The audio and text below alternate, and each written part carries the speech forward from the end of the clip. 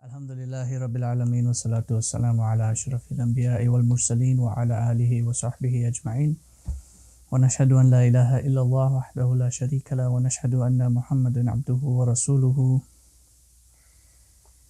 Wa na'udhu billahi minash shaitani rajim. Bismillahir rahmanir rahim. Rabbi shrah li sadri wa yassir li amri wahlul 'uqdatan min lisani yafqahu qawli. Subhanaka la ilma lana illa ma 'allamtana innaka antal alimul hakim.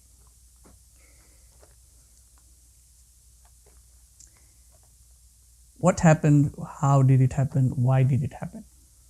Always wondering, as part of our existence, we're trying to figure out what happened in our existence. How did it happen? And then why did it happen? As we continue to progress through life, there are always incidences. Every given moment that is passing by, there is an incident. There's something that is happening. And most of the time, we are able to comprehend what is happening. But then sometimes we're not able to comprehend what is happening. This is a difference between the normalcy of things and the abnormalcy of things. And this is one of the proponents of what is defined as fitnah. Now, one of the paramount elements of the signs of the hour are not the signs themselves, but their causal effectual relationship. One of the causes or the effects of the signs is the trials and tribulations that the signs bring with them. So the occurrence of the sign as what will happen, how it will happen, and then why it will happen is an isolated component. The thing that the human being realizes about the sign is what he has to endure with those signs. In our day-to-day life, we are faced with trials and tribulations. The biggest trial of all is the trial of life itself, the trial of existence in this world. Now, Ibn Abbas has got a unique way of looking at trials and tribulations and fitnas. Ibn Abbas says he's got three ways of looking at a trial when it happens in a person's life. He says that it could have been worse, right? It could always be worse than what it is. He says that a trial is only for the dunya. It is not for the akhirah. The trial is in this dunya. It's a worldly trial. And he says that they are always related to worldly matters, not religious matters. So the trials and tribulations we face are sort of separated from what your religion entails and what your day-to-day life entails. And a trial or a tribulation, a fitnah. And the interesting thing about the word fitnah, it's one of those words that has got a vast variety of meanings and definitions. One of the meanings of fitnah is that it is a sedition, a discord, a disruption, a problem that disrupts the normalcy of things. So you've got a normal trend with which you're living with, and then something happens, and now you're stuck with that thing, and it's disrupted your normalcy. You've got to deal with that thing. And a problem is best resolved when it is understood. When an individual is able to analytically bring down that problem from its complexity into a simple equation that he can solve or try to find the resolution of it. Now, the word fitna comes from the root of fatina or fatana. It depends on which context it is used, fatina, fatuna, fatanna. One of the terms denotes an enticement, a torment, an infatuation, a seduction. And part of a problem is that it tends to seduce either your intelligence or your desire. Depending on what the seduction is, one or the other will be infatuated by the trial. Where the desire is inclined towards what the individual, the self, wants, and the intellect is inclined towards what the individual rationally perceives as he needs. So in your day-to-day life, you've got something that you need, and you need those things, so you work towards those things. But along comes something else that is far above and beyond what you need. It's more of a desire. It's more of a want. And what ensues from that internally is that the self finds himself in a turmoil between these needs and the desires. And this in itself is a fitna. It is a trial and tribulation within the self. Now, most people have this conception that trials and tribulations, or the fitnas that are affiliated with the end of times, are physical trials and tribulations. War, famine, disease. The Christians have their own eschatological definition of it. They call it the four horsemen, right? War, pestilence, disease, and I forgot the fourth one. But Islamically, a trial and tribulation is more of an internal turmoil than it is an external turmoil. You see, your body, your human body, can be trained and pushed to limits of endurance, which is what training ensues. Sportsmen or athletes will push their bodies, and one of the trainings that they will go through is an endurance training so that they can survive whatever trial they will be going through in that activity. And so you can push your body. You can train your body to endure a war. You can train your body to endure a famine and build an immunity or a strength that can help you persevere through hunger, or train your body to build an immunity against disease. But the trial, in essence, is what you will suffer internally, what you will endure psychologically, mentally, emotionally. And that is the turmoil of the self. The true test of the self is in the faculty in which you will be able to make the right decision regarding the problem that you're facing. That's the true test of it. How you will make the decision and what decision you're going to make. And then how are you going to move past it. And much of your pain is self-inflicted. Khalil Gibran in one of his poems wrote that pain is something that is self-inflicted. It's something that comes from within. It's something that you actually encounter from within. And one of the old sayings that says that only the strongest will survive means physically strength, but then also spiritually having the strength to survive the trial and tribulation. So we note something, that when the new soul comes into this world, a child immediately starts going through the trials of life. And the first trials he encounters are physical trials of hunger, of coldness, of shelter, of clothing, which are the three basic instincts of survival. Right? So a child will cry when it's hungry, a child will cry when it's cold. And the interesting thing is that to face a trial, there is an attribute that the human being possesses that is called hilm. And for a child, for a new soul, the word hilm is interesting because one of its definitions, halama is a mother's nipple. And so when a child is crying and the first thing that a mother gives the child goes into a state of tranquility. Another definition of the term hilm is to dream. And a dreamer is called a halim. Haluma also means to be gentle and tranquil. And hilm, its most strongest definition is intelligence and forbearance. And these are the qualities that the Prophet ﷺ possessed. He was known as Ahlam al-Nas. He's the most spiritually and intellectually strongest individual of all humankind. And the Prophet himself said, La hilma illa tajriba. And this hadith can be interpreted in three different ways. It can mean that there is no forbearance without a trial. It can also mean that there is no intelligence without the test of intelligence. And it can also mean that dreams are experiences, which also elaborates what the nature of a dream is, compared to what modern science would try to explain as dreams being a neural activity. Dreams are things that are experienced by the self. If an individual goes to sleep in a state of purity, physical purity and spiritual purity, that person is going to find that they will experience something of good dreams. And if an individual goes into sleep in a state of impurity, we'll find that that individual may experience bad dreams. And this experience is part of an individual's an individual's existence. The fact that you are existent in a conscious state, and you are existent as well in an unconscious state.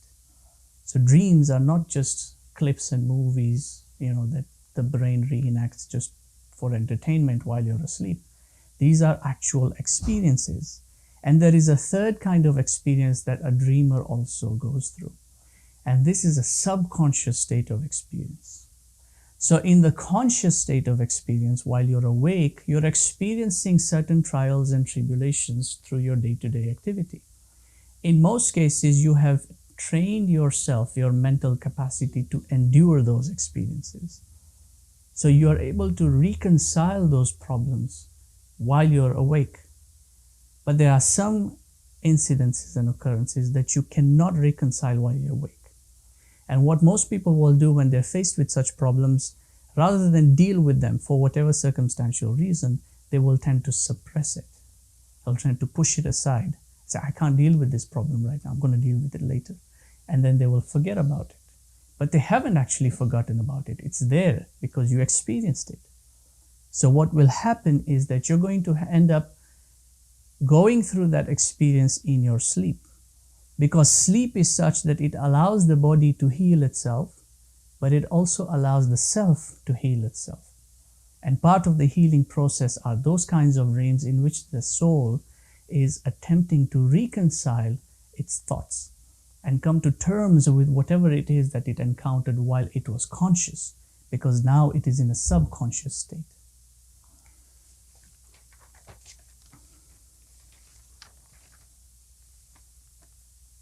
Now, the reason all these happens is that the human being has been created with what is known as the Fitnah. Now, Fitnah is a natural inclination. And this natural inclination is not just an inclination towards God. It is a natural inclination towards wanting to know. It's the element of curiosity, of wonderance, of puzzlement that an individual always wants to know. Either what happened, what's happening, or what is going to happen. How it happens, and then why it happens.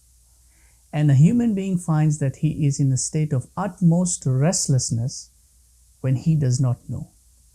So the problem that the person experiences, if he does not know the problem or does not understand the problem, then that person ends up in a state of agitation, in a state of restlessness. And until and unless that problem is resolved, that person remains in that state of agitation.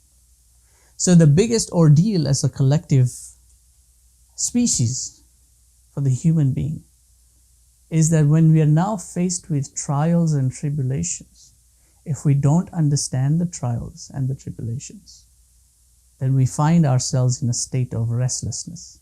And until we're able to resolve them, we will remain in that state of restlessness. And there is a detrimental effect to that. One of the detrimental effects is, of course, on the health of the individual and the health of the society as a whole. But there is a spiritual detrimental effect as well. Because one of the signs of disquietude is a lack of iman. You see, you can numb the anguish of the soul. You can suppress the problem, but you cannot remove it. You have to deal with it eventually. And in order to deal with it, you need to understand what happened, how it happened, why it happened. And the only way you can understand that if you understand its relation to the time that it happened. Now, time is something that is multidimensional. Multidimensional not in the scientific term of dimension, multidimension in terms of its attributions. It has got numerous attributions. One of the scientific theories proposed by Albert Einstein is that time is relative to the individual and the individual's perception. And that perception can change depending on where you are. So an individual can experience different individuals can experience different concepts of time. What that results in, scientifically, it results in creating a delusion that time is an illusion and therefore should not be regarded in its capacity. This creates the problem that individuals cannot understand the problems, the trials and tribulations they are facing, because they have failed to understand their occurrence in the timeline. Now, you cannot study time as a subject. It's an impossibility. It doesn't matter if you are an Albert Einstein or a Newton or an Aristotle or however genius you might be. This is one of those concepts that cannot be studied as a subject. But what you can study are the components that are relative to time.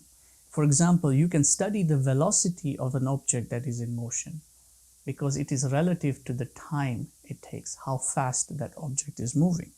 And ultimately, you study these components in order to understand the essence of time, because an understanding of time enables one to spiritually strengthen themselves to deal with the trials of life.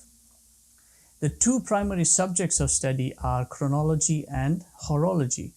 And these two fields of study, horology deals with the allocation of time, the mechanical allocation of time. How many seconds in a minute, how many minutes in an hour, and. Chronology deals with the events that occur in a timeline. It is the study and the accurate placement of each event in accordance to the time in which it occurs. Now, why is it important to understand this? Because ultimately the concept of time goes back to an attribution of Allah Himself. Time is one of His attributes. In order to understand Allah subhanahu wa ta'ala, you have to understand His attributions. And this attribution is something that He has declared Himself in a hadith al-Qudsi. He says, yu'adhini ibn Adam yasubbu dahr. Indeed, mankind abuses time. Banu Adam abuses time. Wa ana ad-dahr, and I am time. Biyadi al-amru uqallibu al-layla wan-nahara. In my hands lies the command of day and night. Day and night in relation to how a person's life is unfolding and the events are occurring in that individual's life. In His hands lies the command. Now, dahr is one of the dimensions of time. It doesn't mean time itself. It is a dimension of time. And this dimension of time is identified as an eternity, the eternal progress of time.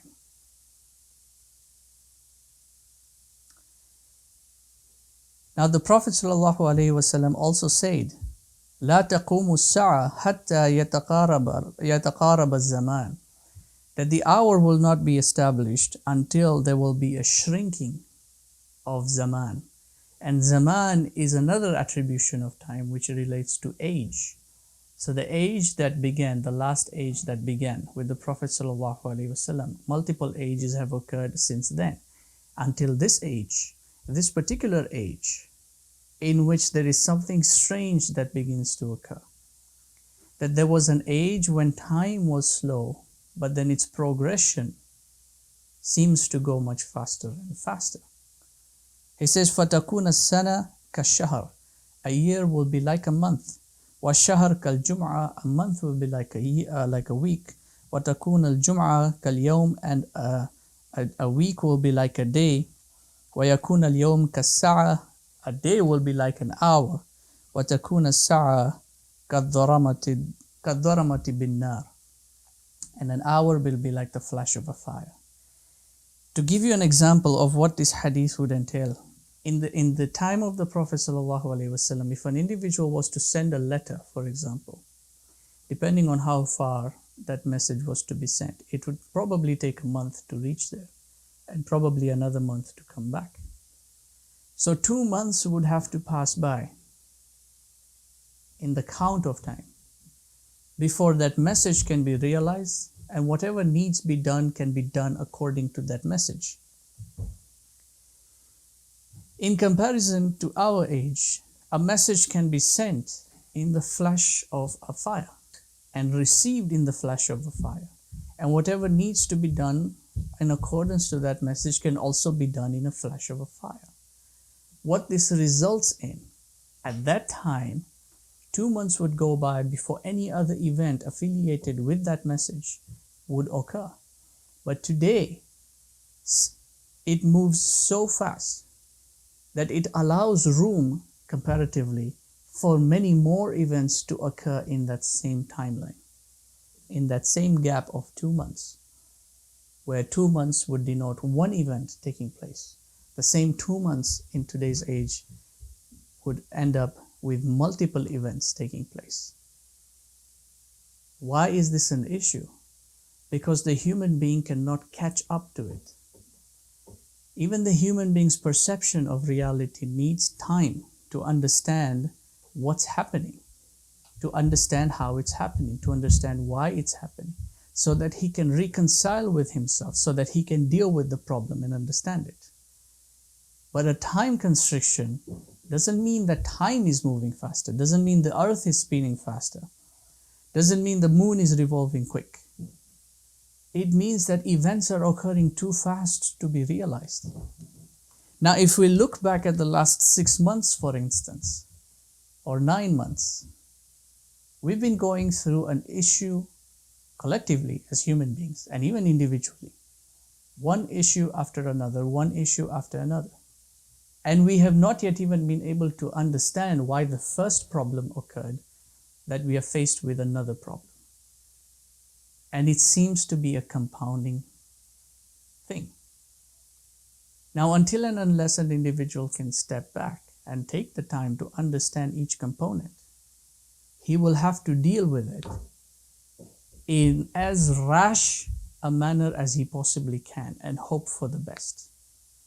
And that does not result in good outcomes. What that person ends up doing is he begins to speculate. He looks at the surface analysis of things and he draws conclusions that are causal effectual, that cannot help him in any way but to try and blame something else. So collectively, the Muslim Ummah will look at an incident and will immediately try to blame something else, will not look at exactly what their role was in that problem, to try and understand it and to try and fix it. It even goes down to the scholars who try to put things in perspective. A scholar cannot understand or interpret signs of the end of times without fully understanding what role time has to play. Because all they will be doing is memorizing the opinions and the narrations and then just spilling out the same opinions and narrations without providing an insight into it. And that insight can only be acquired if a person has got nur. Because without nur, you cannot penetrate the darkness. And that nur will only be acquired when the light of intelligence is ignited. And intelligence can only be acquired when a person has developed hilm, when a person has established himself with forbearance, with patience. Because otherwise, an individual will only be looking at the factual occurrence. And it might be a factual truth, but he will never be able to see the absolute truth. So take into consideration, for example, the explosion that took place in Lebanon, in Beirut. Anyone can provide an analysis on that explosion, on that event, by looking at the surface, by looking at the imagery. There are people who have provided some sort of a deduction that it was based on somebody else's fault and it resulted in the government's fault, and then eventually this happened. There are others who are taking it beyond rational comprehension into conspiracy theories and blaming the Zionists and blaming the Freemasons and people saying that there was a missile that attacked them and all causal effectual relationships, but nobody has an insight as to what happened, why it really happened, in order to resolve the problem. And there's a guarantee here that before we have even understood what this entails, something else will occur, and something else will occur after that, and they will occur with much more rapidity than they have been occurring right now. So how are we going to deal with those problems? The solution is provided by the Quran itself. وَالْعَصْرِ إِنَّ الْإِنسَانَ لَفِي خُسْرٍ. This period of time, this age of time of Asr, in this last age, mankind is going to be at a loss of what to do. إِلَّا الَّذِينَ آمَنُوا, except those who have faith. And Iman is a proponent of Hilm, because faith without knowledge is ignorance. A person who has knowledge has a fortification of his Iman. And that individual will be able to sustain himself and strengthen himself spiritually. This proponent of Iman will enable this individual to have the wisdom to tackle the issues that they're enduring in their life, whether it is on an individualistic level or on a societal level as a whole. And so you cannot have wisdom without having knowledge. You cannot have knowledge without fortifying your Iman. You cannot fortify your Iman if you are reliant on your desires as opposed to your intellectual capacity to reason and understand the reality you live in. And ultimately, you cannot develop either of those if you have not strengthened yourself, at least with some level and measure of forbearance and patience. Which is why the ayah continues to say, وَتَوَاسَّوْا بِالْحَقِّ, and enjoin each other with truth and reality. وَتَوَاسَّوْا بِالصَّبْرِ, and enjoin each other with patience. That when there is a trial and there is a tribulation, and they will occur, you cannot escape it. You have to deal with it. And the only way you deal with it is if you fortify yourself. If you divide yourselves and allow the deceptions to play out and carry every individual in his own direction, then you will not be able to sustain yourselves as a society, as a family, or even as an individual. وآخر الدعوانا أن الحمد لله رب العالمين ربنا تقبل منا إنك أنت السميع العليم وتب علينا يا مولانا إنك أنت